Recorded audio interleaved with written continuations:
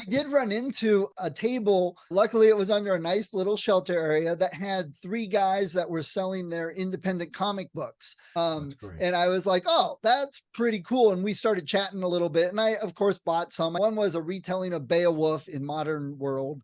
Okay. One was like time traveling Western guy. And the other one was turning Pittsburgh into superhero Burg. Okay. Essentially, yeah. So I grabbed those, but we were chatting and they know Ted Sakura. And Okay. they're like, oh, if you like Cleveland based books, check out Ted Sakura. And like, yeah, I got it. Already talked to him. Yeah.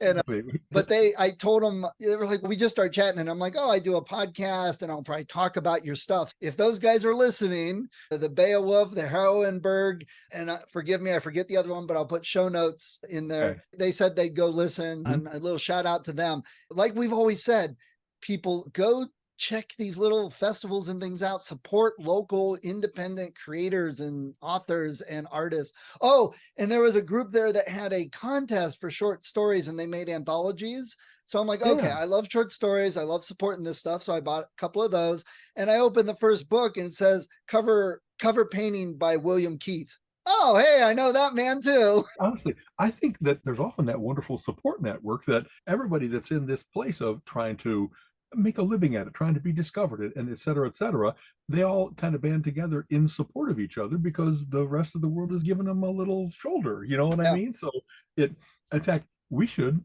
even start today, but we should do an episode.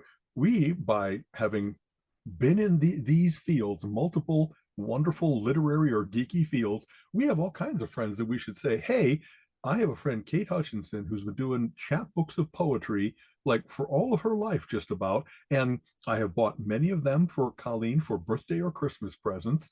And they're